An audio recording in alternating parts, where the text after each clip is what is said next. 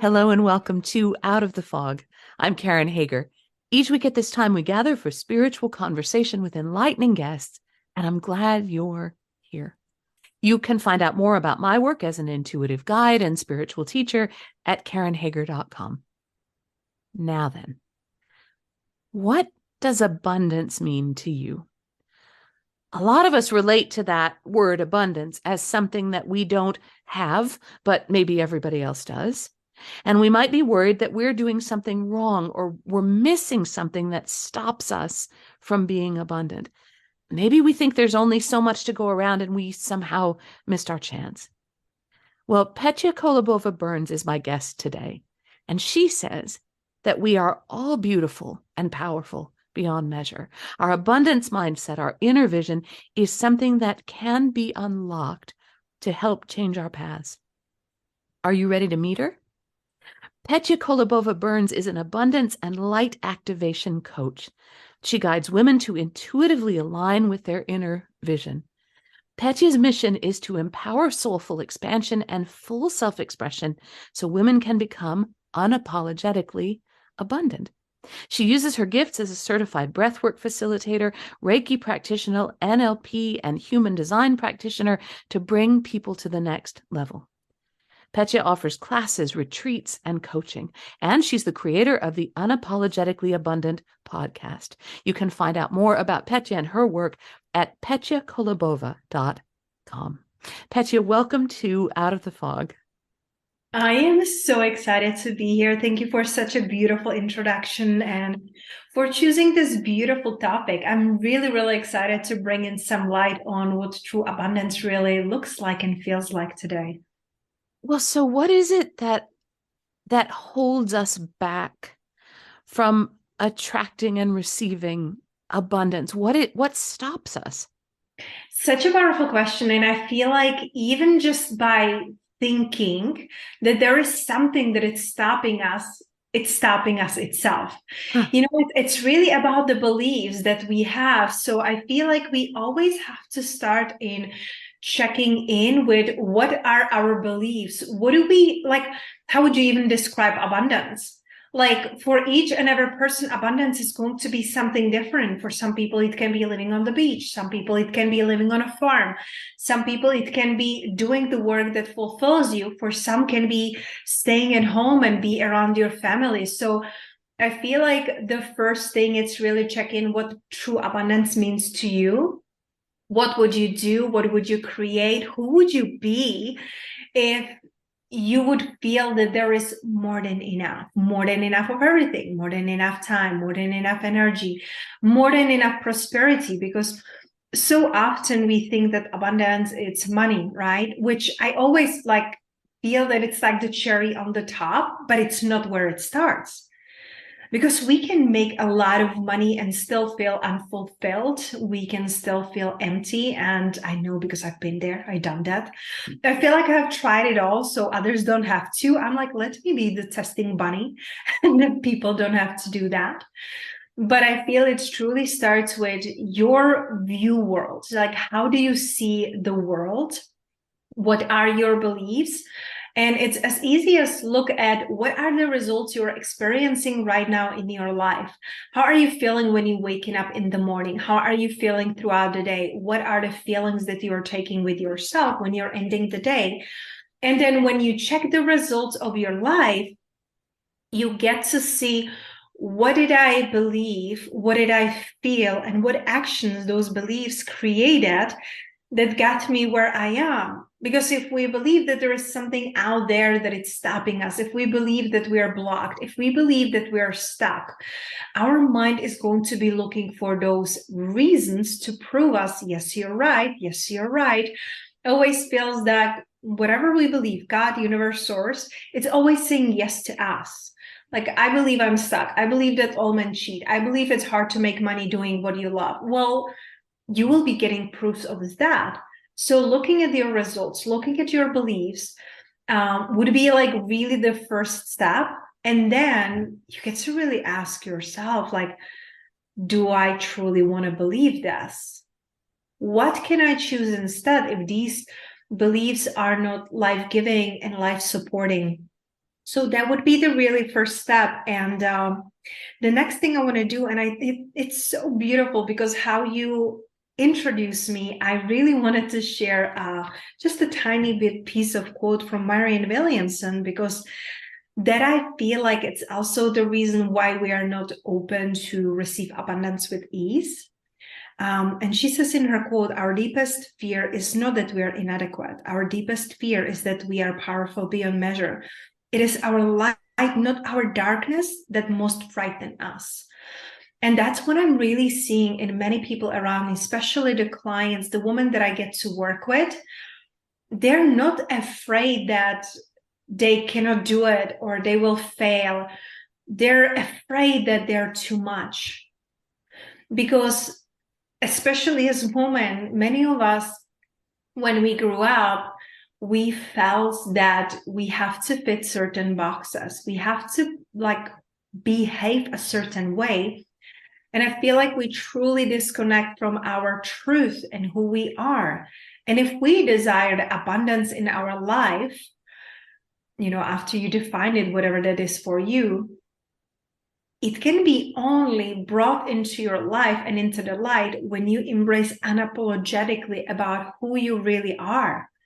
You are a masterpiece. There is no one like you, no one in this entire universe with the same blueprint. That's why we need you. We need you to be you. And as long as we're trying to please others, be like everyone else, we're not going to be able to call in and keep the abundance in our lives. So those are my initial thoughts.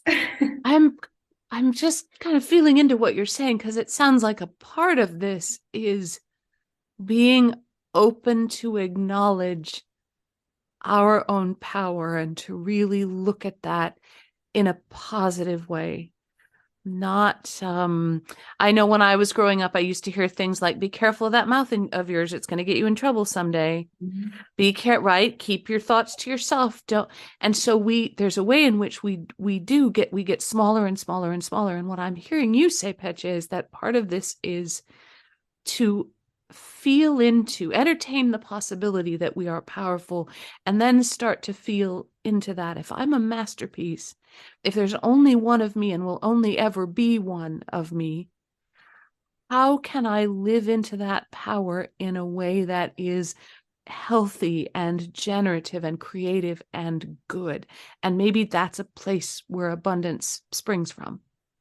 Yes, and I love how you describe it, because I feel like the moment that you truly realize that you're perfectly made for your purpose, when you stop trying to be like everything and everyone else, and I feel like there is this beautiful fine line between I'm inspired by what people around me are doing and allowing myself to follow my curiosity, versus comparing ourselves and thinking that others can succeed but not us. Like, I personally was struggling with that for so many years. Like, I felt that I'm not special. Like, who would ever listen to me? Who would ever want to work with me? Who would ever invest in me? Like, this girl with unpronounceable name from small town, from small country in, you know, Czech Republic. I always saw myself as so little. And then I started to owning my impact. I started to own who I came here to be. And it was not, you know, from day to day, but it was about acknowledging myself and celebrating myself from moment to moment and celebrating those unique things. And I feel like it, like true abundance, it's celebration. Like, when you feel abundant, when you have more than enough time, more than enough money, more than enough love, more than enough health, you're celebrating it, right? Like, you're basking in that. So how can we celebrate it now, even though our life might not be picture perfect? And will it ever be? I feel like we come here to evolve and grow and expand and be like inspired. And when we are coming for this, it will sometimes take struggle. It will sometimes take disappointments or heartbreaks or betrayals. However, when we acknowledge it's a part of the journey, and we can alchemize it and change it and shift it from like poor me and everything is happening to me into what can I learn? How can I grow? And how can this help me to serve others from a place of love? Everything will change. You will feel different. And the thing is that when we feel different, we act different. When we act different, we attract different circumstances. We create different habits, and we create completely different life that it's more fulfilling and rich. Mm. And there's that. What I love about what you're describing is that it feels like a gradual and healthy process. There is sometimes teaching about abundance that says, okay, get out of your head. You got to be in the abundance thing now. Now do exactly what I do and you'll have $30 million in the next 5 seconds. Okay, hurry up. What? You didn't get the $30 million? Well, then you're terrible. You blew it. You didn't do it well enough. And I talk to people in my work who get hurt by stuff like that, right? Yeah. They go from following what everyone else said about them, you're too small, you can't do it, to following someone who says, just follow me and you'll have $30 billion. And then when they don't get and so they just switch their allegiance to that $30 billion person. Then when it doesn't happen for them, they take that as a wound, a sign that they can't be abundant, that it's not for them, that they never should have tried. And so what I love about what you're teaching is that it doesn't have that harsh edge about it. No, and like you said, like I feel like it's so harmful. Yeah. You know, I feel like it's like giving our power away.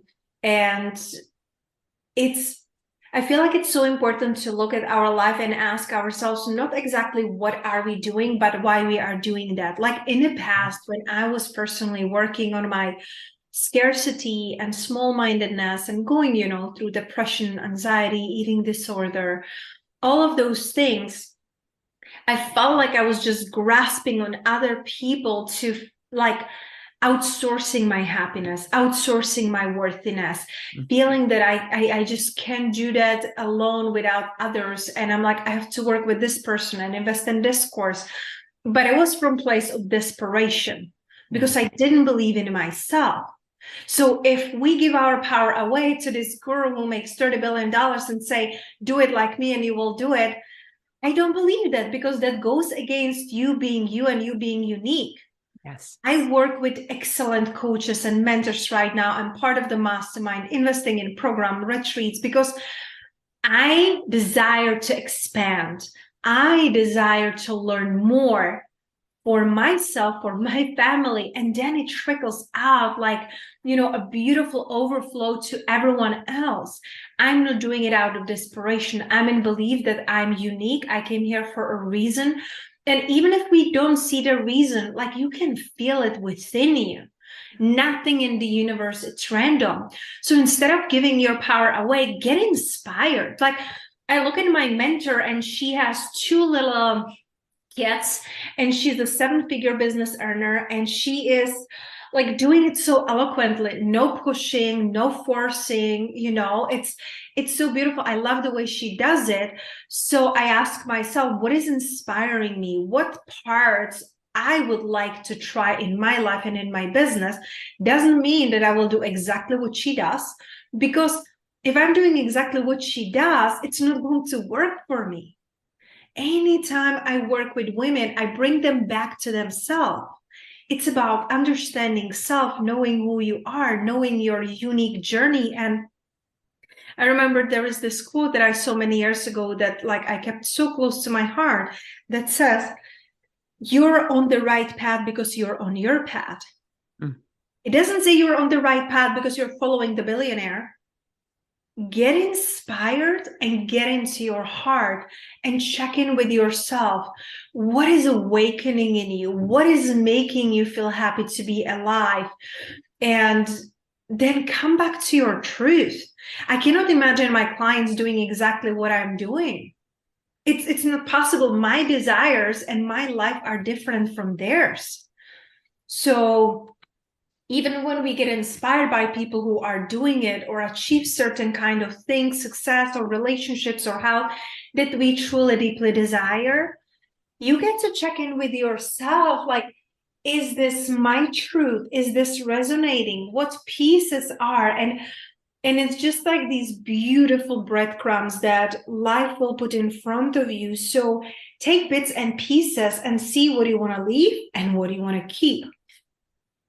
I love that you're talking about this from a place of freedom and from a place of expansion, right? That energy of desperation and the energy of scarcity. And the way that I think about it and teach about it is that love always expands, fear contracts, right? So when I'm in scarcity, when I'm in fear, when I'm in desperation, when I'm in addiction or compulsion, or I'd better do this or it's all going to fall apart, that contracts and contracts and contracts until finally everything gets so small and tight and dark that it's hard to see anything other than more small, tight, dark. And what I hear you saying, Petia, is that from a place of freedom, from a place of knowing ourselves, from a place of allowing ourselves to even explore what our desires. I think some of us have never allowed ourselves to think about what do we want. And I don't just mean like, I want a pony, I want a chateau in France, but what do we want? How do we want to feel? How do we want our lives to be? We don't take time to even ask ourselves what we want because it may be at some level we think we're not allowed to. Absolutely. And I feel like it all comes through conditioning, you know. Mm. And I do deeply believe that our parents just did the best they could with the knowledge they had, the tools they had. It's not like they had us and purposefully wanted to damage us, right? Mm. Um, and I feel like the way many of us were raised, we're not very conscious. And we were hurt along the journey. Like even you were describing, you know, at the beginning of the show, like what we were told and how it might have affected us. And even if it's not like directly we being told something, the stories that we make up in our minds when we are little, the meanings that we give to things, and sometimes we never check in if that is still truth. So through the conditioning of others, I feel like it's so important to come back to yourself. And there are so many beautiful tools, like some of them that I'm using in my business. It's like breath work or Kundalini activation process, human design. All of these things and modalities are bringing you back to yourself. They're bringing you back to your truth, to remember who you came here to be and create a life that is true to you. Because if you're just checking off the list of other people's expectations, you will be never fulfilled. And that's what I did. Most of my life, I did all the right things, went to the school and got married and you know, did all the things, checking off the list. And I never felt right. It never felt right to me because it wasn't my way. So we get to create life that is true to us from our heart. And that's everybody's birthright. I believe that's part of what we're here in Earth School to do. That it's about the experiences we have and the growth that we undertake and the depth of our connection with what I would call spirit or source or God or whatever it is, that this is part of what we're here to do. And that allowing ourselves to know ourselves unapologetically, to take your word, is part of what grows us and helps us expand, helps us get into that field of possibility where there is always more. Mm-hmm. Yes. Imagine if every single morning we wake up with a heart open to possibilities versus waking up in the morning and just going back into that hamster wheel, you know, of doing and achieving and proving ourselves. If you can just wake up in the morning and really check in with yourself, like, who am I choosing to be today? What is possible today? It shifts your vibration. It shifts how you're feeling. And it's such a beautiful world, the word, the possibility, because anything, it's truly possible. Like, we don't have it all figured out. And that means that anything is actually possible. How do you, in your very busy life, how do you make space, make time to look at those possibilities to nurture yourself. What, if you're comfortable sharing, what spiritual practice and self-care helps keep you in an abundant path? I love that question. And one thing that I want to bring in, Karen, is like people look at me and they think I'm busy, but I'm not. Ah, I am very selective in where am I investing my energy in. When I started my journey as an entrepreneur 7 years ago, I was very busy. I had like 4 side hustles and always keeping myself busy, and I burned out physically, emotionally, spiritually. I was just in ashes. And so I had to learn to balance the feminine and the masculine and step into the allowing and really learn to circulate the abundance and the goodness in the world. So that meant delegating, hiring team. At the beginning, I was doing everything by myself, but even just asking for help, it's so beautiful. So we can stay in our zone of genius. So people look at me because, I'm right now, as we're recording this, I'm pregnant, and we just moved from Mexico to Tulum into our dream home, and I'm running multiple 6-figure business, and having my own podcast show and doing interviews and summits, and people might think that I'm busy, and I work 2 to 3 days a week, just like literally few hours a week. And I'm so thankful that I created around me the support system and the team, so I can stay in that higher vibration, so I can stay in that energy of possibilities. So I'm not as busy as it looks like. I am very selective. And, for me, I would rather lay in hammock and just read a book or just be napping, recharging myself, than pushing myself to do things that I should, I feel like I should. So that's around the business. And the second part, how I like, what are my practices? For me, every single morning, I make sure that it feels sacred, that I start my day feeling expansive and being in gratitude. And it doesn't matter if you have 5 minutes or 2 hours, because I love having like flowy morning. And usually, well, now in pregnancy, I'm up at like 3 a.m., but oh I stay in gosh. bed. Yeah, I stay in bed, but normally I get out from bed like at like 6, 7 a.m. with no alarm. Like my body just like, when do I feel like getting up? I meditate every single day. I do affirmations. I do stretches. I make sure that I connect with my senses. I connect with my body. I connect with water. I either take a bath or shower, like really very feminine activities. I don't even want to say activities. It's just like being in my beingness. And then I love journaling. And there are different like ways depending on what's on my heart. I can do journaling in like manifesting, gratitude, like bringing in things like what am I calling in now, and like every single day always starts with a gratitude. It's just where I am and where my heart is before like even my feet hit the ground. And then we have a beautiful morning like routine with my husband when we like juice a celery, do heavy metal detox smoothies, we do lemon waters with honey. And it's beautiful. Like, and I'm finding myself now also like bringing in creativity, like baking or cooking in the morning. And then I start my like day, like connecting with the world. After I connected with myself, I step into that masculine energy of looking at my messages, answering to my clients. Ideally, it's a nice weather and I'm walking outside or I'm in our beautiful backyard. So I'm in that, beautiful energy. And I'm in my masculine for a few hours, like doing interviews or my clients' calls, answering my clients, working with my team on like future projects. And then in the afternoon, I step back into the feminine, into the allowing and receptivity. So what am I allowing myself to receive? I allow myself to receive a massage or shower or delicious meal, and I'm completely present to it, or just cuddles with my dog or husband. going into that receptive mode so we don't end up the day in like go, go, go. Mm-hmm. That really helps me to stay grounded and open to any possibilities. So it's like this flow, like feminine, masculine, because if we don't step into the masculine, we won't get anything done. Trust me, been there.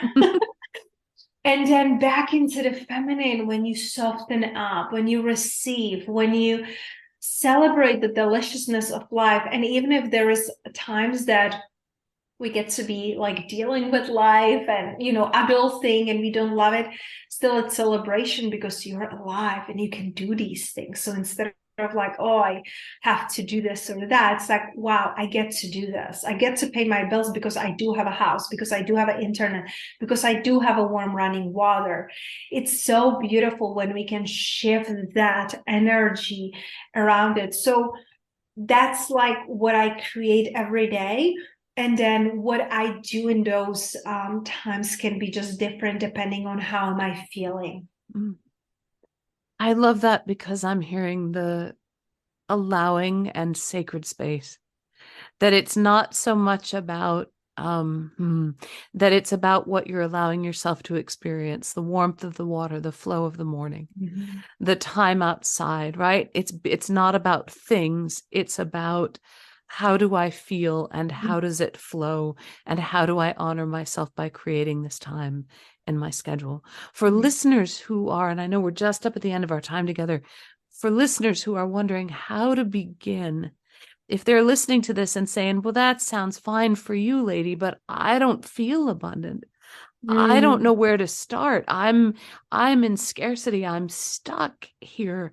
Is there something you can offer to help that person start this journey of beauty and allowing and power? I love that question, you know, and honestly, I've been there when I felt like nothing was working out the way I planned or the way I thought. And there is always abundance around us. You just get to really choose to see that. Even if nothing is working, you can always go to the nature. Like in nature, it's such a reminder of abundance. Like, look at how many leaves are there. Look at, like, I had to, like, when I was in feeling in scarcity, I just like went to the nature. I went to the park. I grabbed my journal just to get out of my mind. So I feel like it's start to celebrate any kind of abundance you have. Maybe you have a great support. Maybe you have a great family. Maybe you have a good health. Maybe you have a car to drive. Maybe you're not living under the bridge and you have a warm bed to be in. Maybe you can have a warm water. So it's so interesting. Like we can have 9 things going well or okay in our life. And one thing it's like so heavy weighing on us that we're focusing on that. And our energy, it's like bringing all the 9 things into that one. So we get to shift it. Like grab yourself a journal and start writing a positive aspect about the things, like what is working, even if it's just like, I can breathe on my own. I can walk on my own. Like these are things that we take for granted. And you know, like a couple of years ago, my grandma had stroke. And when I saw how many things she couldn't do after she was like such an active being, you know, it made me really reflect on how many things we take for granted. So start celebrating any single thing that you can. Like, I don't believe that you're listening to this show and there is nothing you can celebrate. Nothing, you know? So start celebrating what is, knowing that that feeling of celebration and focusing on the goodness will bring even more goodness into your life. So celebrations, seeing what is good, and then being really honest with yourself. Like, look at the things and look at the contrast. If there is something in your life you don't want, well, what do you want instead? You know? So for example, in the past, you know, my stepfather, my grandfather, my ex-partners, they were all cheaters. And I knew that I can't stand that. And so I said, I'm so happy and grateful now that I'm in loving, loyal relationship with a man who is healthy and supportive and adores me. And I was writing these things down before I ever experienced those things. And now I'm happily married with my husband for 5 years. We are together and our love is blossoming. And I'm not saying everything is perfect, butterflies and rainbows. It's life.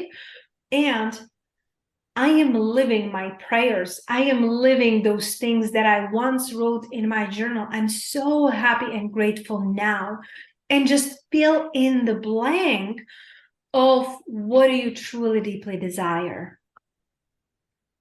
Petia, that's beautiful. Thank you so much for coming and talking to us. Thank you.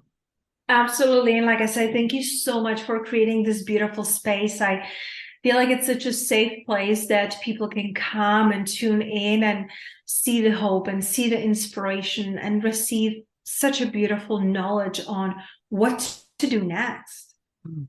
Thank you. We've been talking with Petia Kolibova Burns.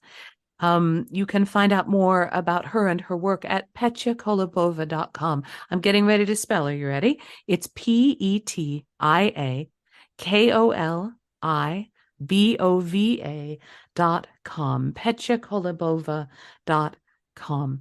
And of course, you're always welcome at KarenHager.com. That's a great place to find out about upcoming classes and events. You can even book a private intuitive session with me there if you're so inclined. And the fun continues over on Instagram, where I'm Fog City Psychic. There's more out of the fog content. There's occasional pictures of Maisie the dog. You can see the jigsaw puzzles I'm working on. There may even be knitting over there. So Fog City Psychic on Instagram. And thank you for listening today. Together, we are spreading a little more light in the world, and a little more light is always a good thing. Until next time, I'm wishing you peace.